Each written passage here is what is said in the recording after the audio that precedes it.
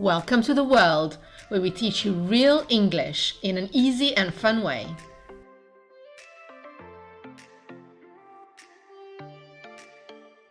In this video, we are going to discover the proper use of a very common and easy three-letter word, which is one of the first words you learn when studying English, and that word is the. In our previous video, we looked at all the situations in which you use the. So if you missed it, please check it out.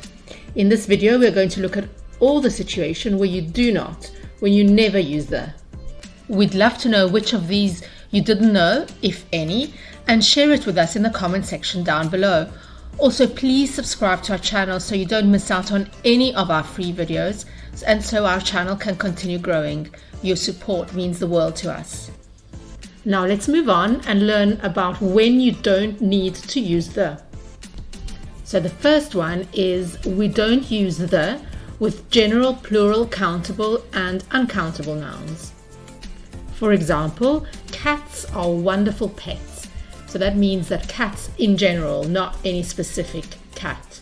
Another example could be music brings joy to people's lives. So music in general. Or computers have revolutionized the way we work. So we're talking about computers in general. So the second is we don't use the with names of people and companies. Here is an example. Elon Musk is the CEO of SpaceX. So we don't use the with the name or with the company name. Another example could be Bill Gates founded Microsoft Corporation. We don't use the in front of the name or in front of the company name. So number 3, we don't use the with countries, city, town and state names. So we're going back to geography. An example of this could be Boston is located in Massachusetts. Or Paris is the capital of France. Or I visited New York City last summer. Or Venice is a beautiful city in Italy. Number 4, we also don't tend to use the for streets, lakes, and names of single mountains and continents. For example, Lake Tahoe is known for its crystal clear waters, so we don't say the Lake Tahoe. Or Mount Everest is the highest peak in the world. Or Africa is the second largest continent by land area. Let's continue with number 5. We don't use the when talking about academic subjects or when discussing sports. An example is soccer is one of the most popular sports worldwide. Or mathematics is a challenging subject for many students.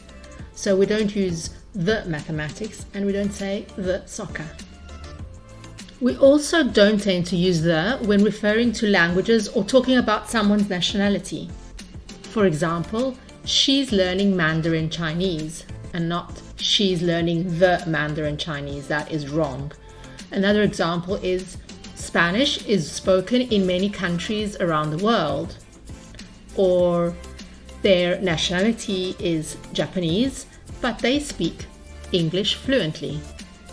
An exception is when we add the word language after the actual language.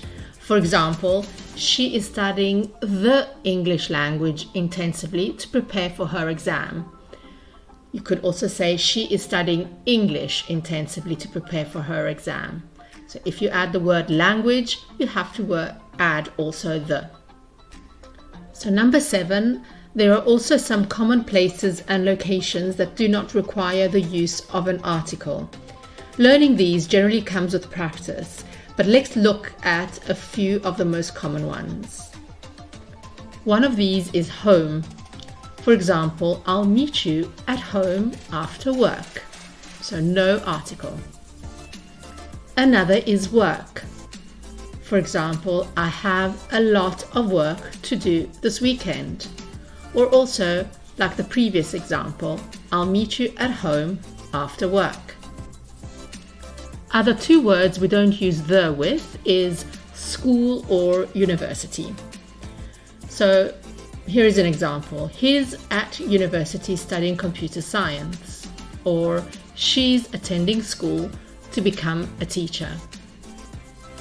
Another common mistake is using the with church. So for example, we went to church for Easter Sunday service. So now let's look at the word hospital.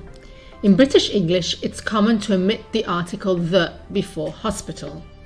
So for example, she was rushed to hospital after the accident. So no the before hospital. Whereas in American English, it's more typical to include the article. So for example, she needs to go to the local hospital. We hope you found this video not only informative but also empowering. Remember, mastering a language is all about practice and perseverance. So keep practicing, keep learning, and don't be afraid to make mistakes. That's how we grow as learners. Give it a try and let us know in the comments how it works for you. We're eager to hear your experiences. And remember, as we say in English, practice makes perfect. Don't forget to subscribe for more real English videos. If you found this information useful, please give us a thumbs up. And as always, if you have any questions, topics you'd like us to cover, leave them in the comments below. Thanks for watching, and remember, effective communication is a journey, not a destination. Stay engaged, keep learning, and we hope to see you soon in our next video.